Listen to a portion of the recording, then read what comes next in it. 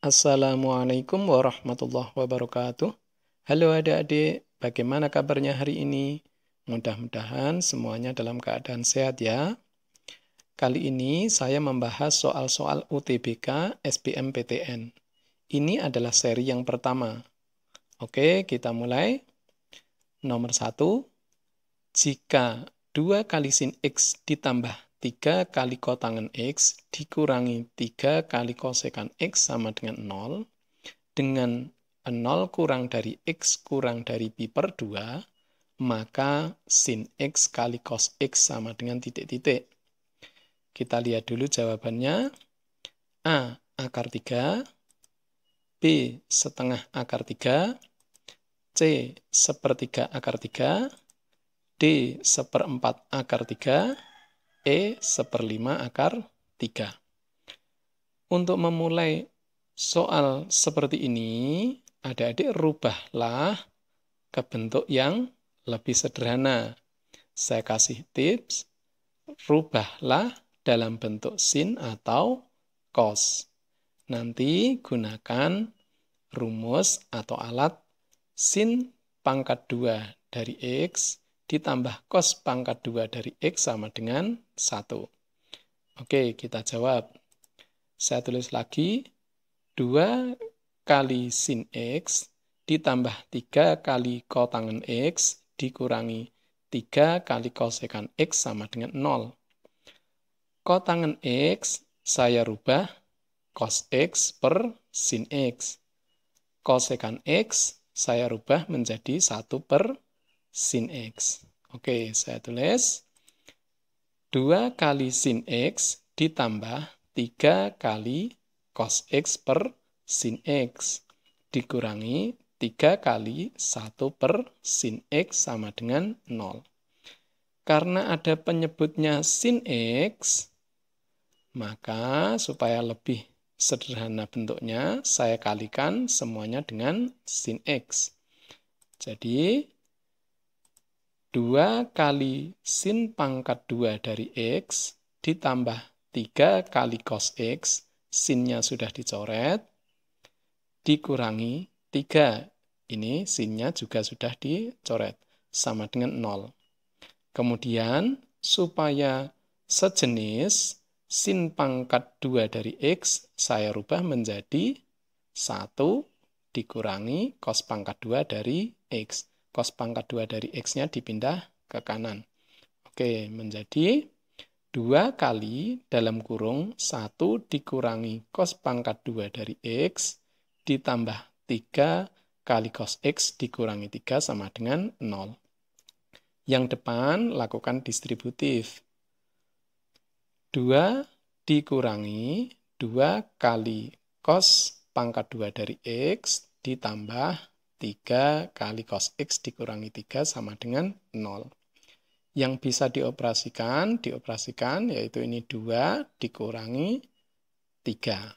Yang lainnya tetap. Berarti kita punya negatif 2 kali cos pangkat 2 dari X ditambah 3 kali cos X dikurangi 1 sama dengan 0. Biasanya yang pangkat tinggi itu dibuat positif. Nah, ini saya buat positif ya. Saya kalikan dengan negatif 1 semuanya. Berarti menjadi 2 kali cos pangkat 2 dari X dikurangi 3 kali cos X ditambah 1 sama dengan 0. Kemudian kita faktorkan menjadi dalam kurung 2 kali cos X dikurangi 1 dikali dalam kurung cos X dikurangi 1 sama dengan 0. Kita selesaikan masing-masing. 2 cos X dikurangi 1 sama dengan 0. Negatif 1 dipindah ke kanan dibagi 2. Berarti cos X sama dengan 1 per 2. Cos X yang nilainya 1 per 2 itu X-nya berarti X sama dengan 60 derajat. Karena di kuadran 1 mintanya. Nah, X-nya sudah ketemu 60 derajat, maka kita bisa cari sin 60 derajat sama dengan 1 per 2 akar 3. Oke, sekarang yang satunya. cos X dikurangi 1 sama dengan 0. Negatif 1-nya dipindah ke kanan, berarti cos X sama dengan 1. Cos X bernilai 1, X-nya sama dengan 0. Karena di sini yang diketahui 0 kurang dari X kurang dari pi per 2, di sini 0-nya tidak ikut. Jadi untuk yang cos X sama dengan 1 ini tidak memenuhi. Jadi saya kasih simbol TM. Jadi kita sudah ketemu X-nya, yaitu 60 derajat. Kita langsung ke pertanyaannya. Jadi sin X kali cos X sama dengan sin 60 derajat kali cos 60 derajat. Sama dengan 1/2 akar 3 kali 1/2. Sama dengan 1/4 akar 3. Ketemu yang D. Oke, nomor 2. Diketahui 3 vektor. Vektor A, vektor B, dan vektor C. Dengan panjang vektor B sama dengan 3, panjang vektor C sama dengan 4. Dan vektor A sama dengan vektor C dikurangi vektor B. Jika alfa adalah sudut di antara vektor B dan vektor C dengan vektor A kali vektor C sama dengan 25, maka sin alfa sama dengan titik-titik. Kita lihat dulu jawabannya.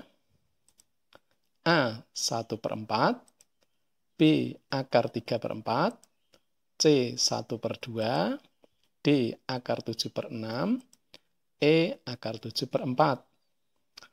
Adik-adik silahkan buka bukunya tentang vektor, khususnya untuk soal ini yaitu tentang perkalian dot atau perkalian titik.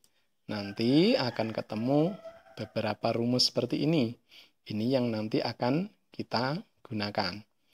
Ada rumus vektor A dot vektor B sama dengan panjang vektor A kali panjang vektor B kali cos alfa. Alfa ini adalah sudut yang dibentuk oleh vektor A dan vektor B. Ada juga rumus distributif. Vektor A dot dalam kurung vektor B tambah vektor C sama dengan vektor A dot vektor B tambah vektor A dot vektor C. Untuk yang ketiga yang akan kita pakai yaitu vektor A dot vektor A itu sama dengan panjang vektor A dipangkatkan 2. Oke, kita jawab. Karena di sini alfa adalah sudut yang dibentuk oleh vektor B dan vektor C, maka saya akan gunakan rumus yang pertama ini menjadi di sini vektor B dot vektor C. Ikuti polanya ya.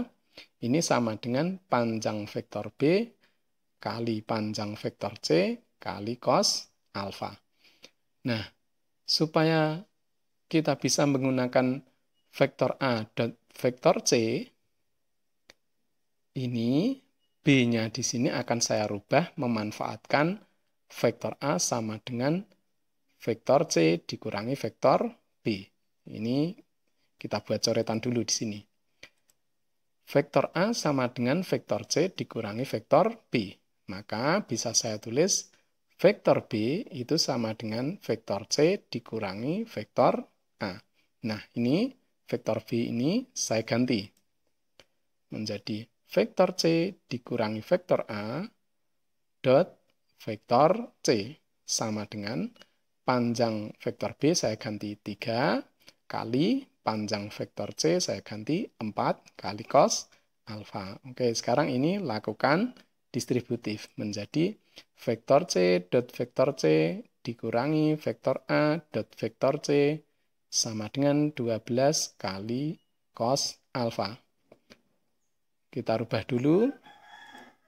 Vektor C dot vektor C itu menjadi panjang vektor C pangkat 2 dikurangi vektor A dot vektor C sama dengan 12 kali cos alfa. Kita ganti panjang vektor C adalah 4, berarti kita ganti 4 pangkat 2 dikurangi vektor A dot vektor C, yaitu 25 sama dengan 12 kali cos alfa. 4 pangkat 2, 16. 16 kurangi 25, yaitu negatif 9 sama dengan 12 kali cos alfa. Berarti cos alfanya yaitu negatif 9 per 12. Ini sama dengan cos alfa ya. Kita kecilkan dulu, bagi 3 semua. Berarti negatif 3 per 4 sama dengan cos alfa. Oke, sudah ketemu seperti ini, kita buat dalam segitiga siku-siku. Ini cos alfa sama dengan negatif 3 per 4. Artinya cos bernilai negatif. Itu di kuadran 2. Jadi caranya gambarlah segitiga siku-siku persis di kuadran 2. Yaitu gambarnya seperti ini. Alfanya ada di sini. Ini negatif 3 per 4. Berarti samping per miring. Sampingnya negatif 3, miringnya yaitu 4. Yang belum ketemu apa? Depan. Depan kita gunakan rumus Pythagoras. Depan sama dengan akar 4 pangkat 2 dikurangi dalam kurung negatif 3 negatif 3 dikuadratkan. Ini sama dengan akar 16 dikurangi 9 sama dengan akar 7. Akar 7 ini mana? Depan, berarti ada di sini ya. Nah, yang ditanyakan apa? Sin alfa. Sin alfa rumusnya depan per miring. Berarti sin alfa sama dengan akar 7 per 4. Oke, sudah ketemu akar 7 per 4. Lanjut, nomor 3. Jika integral dari fx kali dalam kurung sin x tambah 1 dx dari negatif 4 sampai 4 sama dengan 8 dengan fx fungsi genap. Dan integral dari fx dx dari negatif 2 sampai 4 sama dengan 4, maka integral fx dx dari negatif 2 sampai 0 sama dengan titik-titik. Kita lihat dulu jawabannya. A 0, B 1, C 2, D 3, E 4. Nah, silakan adik-adik buka materi tentang integral. Nanti adik-adik akan ketemu sifat seperti ini yang saya tuliskan ini ya. Nanti yang akan kita gunakan untuk menjawab soal ini. Diketahui fx genap, fungsi genap maksudnya, dan gx fungsi ganjil. Yang pertama, integral fx dx batasnya dari A sampai C. Ini bisa kita pecah, yaitu B-nya ini di antara A dan C. Berarti kalau dipecah menjadi integral fx dx dari A sampai B ditambah integral dari integral fx dx dari B sampai C. Kita pecah. Yang kedua, integral fx dx dari negatif A sampai A itu bisa dirubah menjadi sama dengan 2 kali integral fx dx dari 0 sampai A. Karena fx-nya adalah fungsi genap. Fungsi genap itu simetri dengan sumbu y. Jadi ini bisa dipotong separuh, jadi 2 kalinya. Oke, yang ketiga, integral dari fx kali gx dx, batasnya dari negatif A sampai A, itu sama dengan 0. Asalkan fx-nya fungsi genap, ini sudah diketahui ya, dan gx-nya adalah fungsi ganjil. Maka nanti hasilnya 0 kalau batasnya dari negatif A sampai A. Yang keempat, ada sifat seperti ini. F negatif X itu sama dengan Fx. Ini sifat dari fungsi genap. Yang kelima, F negatif X sama dengan negatif Fx. Ini sifat dari fungsi ganjil. Oke, sekarang kita jawab. Saya akan memulai dari yang diketahui ini ya. Saya tulis lagi. Integral Fx kali dalam kurung sin X tambah 1 dx dari negatif 4 sampai 4 sama dengan 8. Ini akan saya uraikan. Saya kalikan distributif dulu. Jadi, kita punya integral Fx kali sin X ditambah Fx dx, batasnya negatif 4 sampai 4 sama dengan 8. Kemudian kalau ketemu integral penjumlahan itu tinggal diintegralkan masing-masing. Berarti kita punya integral Fx kali sin X dx, batasnya dari min 4 sampai 4 ditambah integral Fx dx dari minus 4 sampai 4, ini sama dengan 8. Di sini kita sudah punya untuk yang Fx ini sudah jelas fungsi genap karena sudah diketahui ya. Yang belum tahu yang sebelah kiri ini adalah perkalian dua fungsi, jadi mengikuti pola yang ketiga ini, Fx kali Gx. Polanya seperti ini. Nah, kita belum tahu sin X itu apakah fungsi genap atau fungsi ganjil. Oke, kita lakukan coretan dulu, kita cek sin X-nya ya, karena Fx-nya sudah diketahui fungsi genap. Kita cek di sini. Misalkan Fx sama dengan sin X. Saya akan cek kalau fungsi ganjil berarti bersifat yang seperti ini ya. Berarti F negatif X, X-nya diganti negatif X. Berarti sama dengan sin dalam kurung negatif X. Sifat dari sin masih ingat ya adik-adik, negatifnya keluar. Berarti negatif sin X. Nah, sin X-nya tadi apa? Sin X-nya yaitu Fx. Berarti bisa kita tulis sama dengan negatif Fx. Nah, F negatif X itu sama dengan negatif Fx. Ini adalah sifat dari fungsi ganjil. Jadi, sin X adalah fungsi ganjil. Karena Fx yang ini fungsi genap dan sin X-nya adalah fungsi ganjil, maka mengikuti pola yang ketiga. Ini sudah pas dari negatif 4 sampai 4. Jadi persis mengikuti pola ini, berarti yang kiri ini hasilnya 0. 0 ditambah yang ini, mengikuti pola yang mana? Yaitu mengikuti pola yang kedua. Integral Fx dx dari negatif A sampai A, di sini sudah persis negatif 4 sampai 4. Karena Fx-nya adalah fungsi genap, maka bisa kita tulis 2 kali. Separuhnya gitu ya.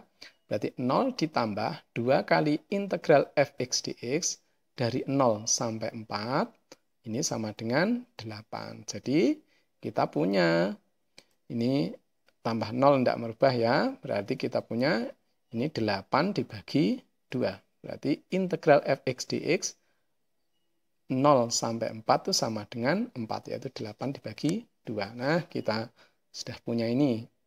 Kemudian, saya akan memulai dari yang ini. Kenapa saya mulai dari yang sini? Karena yang ditanyakan integral Fx dx dari negatif 2 sampai 0 ini ada bagian di sini. Nanti kita gunakan sifat yang pertama, yaitu kita pecah. Oke.